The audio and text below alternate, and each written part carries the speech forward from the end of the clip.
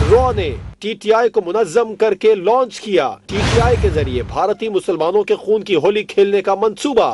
پاکستان پر ان دہشت گردوں کی پشت پناہی کا الزام لگایا جائے گا۔ دہشت گردی کے فروغ کے لیے رو کا نیا منصوبہ خطے میں عدم استحکام لائے گا، جس کا نقصان سارے خطے کے پرامن باشندوں کو ہوگا۔ بھارت میں حجاب پر پابندی کے خلاف احتجاج کا دائرہ پھیل گیا۔ ریاست کرناٹک کی ہائی کورٹ کے فیصلے کو سپریم کورٹ آف انڈیا میں بھی چیلنج کر دیا گیا۔ حجاب پر پابندی کا معاملہ کینیڈا کی پارلیمنٹ بھی جا پہنچا۔ سکھ رکن نے مودی سے معافی کا مطالبہ کیا۔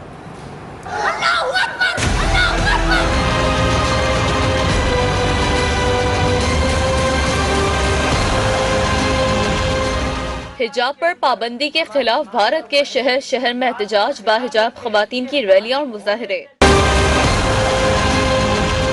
ریاست کرناٹک کی ہائی کورٹ کا عبوری فیصلہ سپریم کورٹ آف انڈیا میں چیلنج کر دیا گیا۔ ہائی کورٹ نے کہا تھا کہ حتمی فیصلہ آنے تک کسی بھی مذہبی لباس یا حجاب پر پابندی ہوگی۔ سپریم کورٹ میں اپیل کنندگان نے موقف اختیار کیا۔ عبوری حکم مسلم اور غیر مسلم طالبات میں تفریق پیدا کرتا ہے، اس سے سیکولرزم کو دھچکا پہنچا۔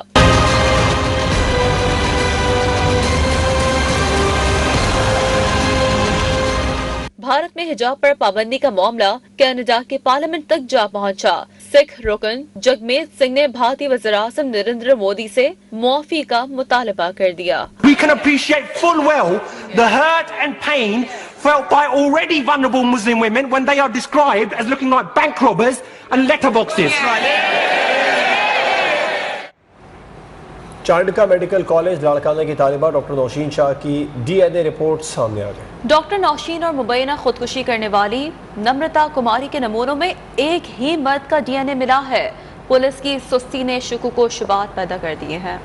چانکا میڈیکل کالج لاڑکانہ کی طلبہ ڈاکٹر نوشین شاہ کے ڈی این اے رپورٹ نے کئی سوالات کھڑے کر دیے۔ جامشورو کی فورینسک اور مالیکولر لیبارٹری کی رپورٹ کے مطابق ڈاکٹر نوشین اور اسی کالج میں 2019 کو مبینہ خودکشی کرنے والی نمرتا کماری کے جسم اور کپڑوں سے ملنے والے نمونوں میں ایک ہی مرد کا ڈی این اے ملا ہے۔ رپورٹ میں ایس ایس پی لاڑکانہ سے گرلز ہاسٹل سے منسلک یا پھر گرلز ہاسٹل میں آنے جانے والوں کے خون کے نمونے جانچ کے لیے بھیجنے کے لیے سفارش کی گئی تھی۔ 15 روز گزر گئے مگر پولیس کی جانب سے کوئی بھی سیمپل نہ بھیجا گیا۔ پولیس کی جانب سے کوئی پیش رفت نہ ہونے پر شہری کہتے ہیں کہ اس میں سستی شکوک و شبہات کو جنم دے رہی ہے۔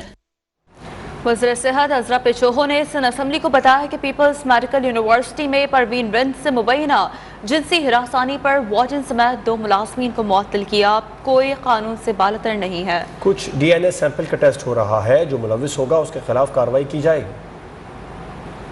یونیورسٹی میں ایک نرسنگ ہاؤس آفیسر جو نرسنگ ٹرینی ہے، اس کے لیے ہم نے اس کی جو کمپلین ہے اس پہ ایک کمیٹی بنا دی گئی ہے۔ Complaints against the 2 persons, one was the director of nursing and the other person was the warden of the hostel.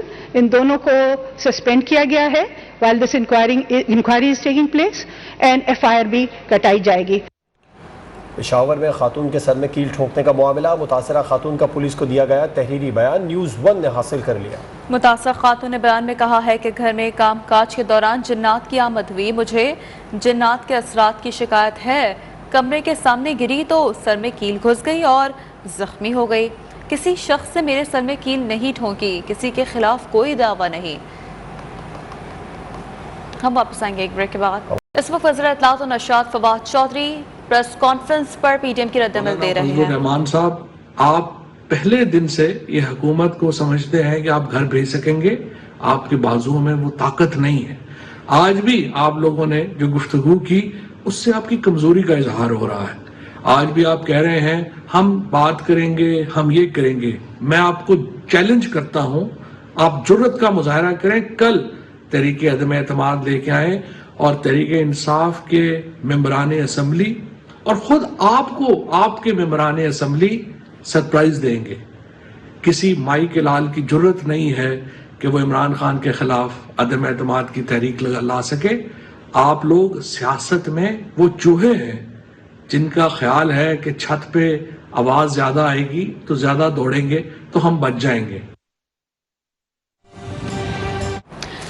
تو وفاقی وزیر اطلاعات و نشریات Fawad Chaudhry P D M کی سربراہی اجلاس کے بعد ان کی پریس کانفرنس پر اپنا رد عمل کا اظہار کر رہے تھے اور ان کی جانب سے پی ڈی ایم پر تنقید کی گئی اور ساتھ ساتھ یہ بھی کہا گیا کہ اگر آپ چاہیں تو تحریک عدم اعتماد لے آئیں۔ فواد چودھری نے کہا پی ڈی ایم نے عدم اعتماد لانے کا فیصلہ کیا، جرت کریں کل عدم اعتماد لے کر آئیں، ہم دیکھ لیں گے۔ وفاقی وزیر اطلاعات فواد چودھری نے پی ڈی ایم کی پریس کانفرنس پر اپنا رد عمل دے دیا۔ ملک کے 29 بڑے شہروں کا 61% پانی سے پینے کے قابل نہیں ہے۔ وزیر science and technology Shibli Faraz کہتے ہیں کہ نواب شاہ، میرپور خاص اور گلگت بلتستان کا پانی 100%، جبکہ کراچی کا پانی 93% غیر محفوظ ہے۔ زندگی کی حفاظت کرنے والا پانی ملک کے 3 بڑے شہروں میں 100% غیر محفوظ قرار۔ ایوان بالا کے اجلاس میں حکومت کی اپنی رپورٹ میں انکشاف کیا گیا ہے کہ ملک کے 29 بڑے شہروں کا 61% پانی پینے کے قابل نہیں۔ سینٹ کے اجلاس میں وقفہ سوالات کے دوران جماعت اسلامی کے سینیٹر مشتاق احمد کے پینے کے صاف پانی کے حوالے سے سوال اٹھائے گئے۔ سوال کے جواب میں وفاقی وزیر شبلی فراز کی جانب سے تحریری جواب میں بتایا گیا کہ Pakistan council of research of water resources کے مطابق ملک کے 29 اہم شہروں کے 61% پانی کے وسائل بنیادی طور پر مائکروبیل آلودگی کی وجہ سے پینے کے لیے غیر محفوظ ہیں۔ تحریری جواب میں بتایا گیا کہ میرپور خاص، شہید بے نظیر آباد اور گلگت بلتستان کا پانی پینے کے لیے 100% غیر محفوظ ہے، جبکہ کراچی میں پانی کے وسائل 93، بدین میں 92 اور حیدرآباد میں 80% غیر محفوظ پائے گئے ہیں۔ شبلی فراز کے تحریری جواب کے مطابق ملتان کا پانی 94%، سرگودا کا 83%، مظفر آباد کا 70% اور فیصل آباد کا 59% غیر محفوظ ہے۔ وفاقی دارالحکومت اسلام آباد میں پانی کے وسائل 29% پینے کے قابل نہیں۔ راولپنڈی کے 38% پانی کے نمونے بھی غیر محفوظ پائے گئے۔ PRWR کی رپورٹ کے مطابق 29 شہروں میں قصور کا پانی سب سے زیادہ محفوظ پایا گیا ہے، جہاں صرف 10% پینے کا پانی غیر محفوظ ہے۔ وفاقی وزیر شبلی فراز کا کہنا تھا کہ شہریوں کو صاف پینے کا پانی فراہم کرنا صوبوں کی ذمہ داری ہے۔ اب بات کریں گے پی ایس ایل کی، جس کے 7ویں ایڈیشن کے دوسرے مرحلے میں لاہور قلندرز نے ملتان سلطانز کو جیت کے لیے 183 رنز کا ہدف دے دیا۔ قذافی اسٹیڈیم لاہور میں کھیلے جا رہے میچ میں ملتان سلطانز کی دعوت پر بیٹنگ کرتے ہوئے لاہور قلندرز سے 4 وکٹ پر 142 رنز بنائے۔ 182 رنز کے ساتھ فخر زمان نے 60 رنز کی اننگز کھیلی۔ محمد حفیظ نے 43، کامران غلام نے 42 رنز بنائے۔ انور علی، عمران طاہر، عباس آفریدی اور شاہ نواز دانی نے 1 وکٹ حاصل کی۔ پی ایس ایل 7 کے دوسرے مرحلے میں لاہوریوں کی بڑی تعداد قذافی اسٹیڈیم میں کھیلے جانے والی میچ میں لاہور قلندرز کو سپورٹ کر رہی ہے۔ نمائندہ نیوز ون محمد عمیر ہمیں اس بارے میں مزید اپڈیٹ کریں گے، بتائے گا عمیر۔ جی بالکل، اس وقت ملتان سلطانز اور لاہور قلندر کا جو میچ ہے وہ جاری ہے، اور آج کی سب سے اہم بات یہ تھی کہ کل کی نسبت آج کراؤڈ بہت بڑی تعداد میں جو ہے وہ اسٹیڈیم پہنچا ہے۔ جب ہم شام کے وقت یہاں پر پہنچے ہیں تو اسی وقت ہی شائقین کی جو آمد کا سلسلہ تھا وہ جاری تھا، اور لاہوریے بڑی تعداد میں فیملیز کے ہمراہ جو ہیں آج کا میچ دیکھنے پہنچے ہیں، کیونکہ لاہور آج اپنے ہوم گراؤنڈ میں یہ پہلا میچ ہے، تو شائقین کی ایک بہت بڑی تعداد جو تھی وہ آج میچ دیکھنے پہنچی ہے، اور ان کا کہنا تھا کہ آج ملتان سلطان جو ہے اس کو شکست کا جو مزہ ہے وہ چکھنا پڑے گا، کیونکہ لاہور۔ تفصیلات تھے آپ کا شکریہ۔ چولستان کے سیرا میں جیپ ریلی کا میلہ پہلے مرحلے میں پریپیئرڈ کیٹیگری کے مقابلے جاری ہیں۔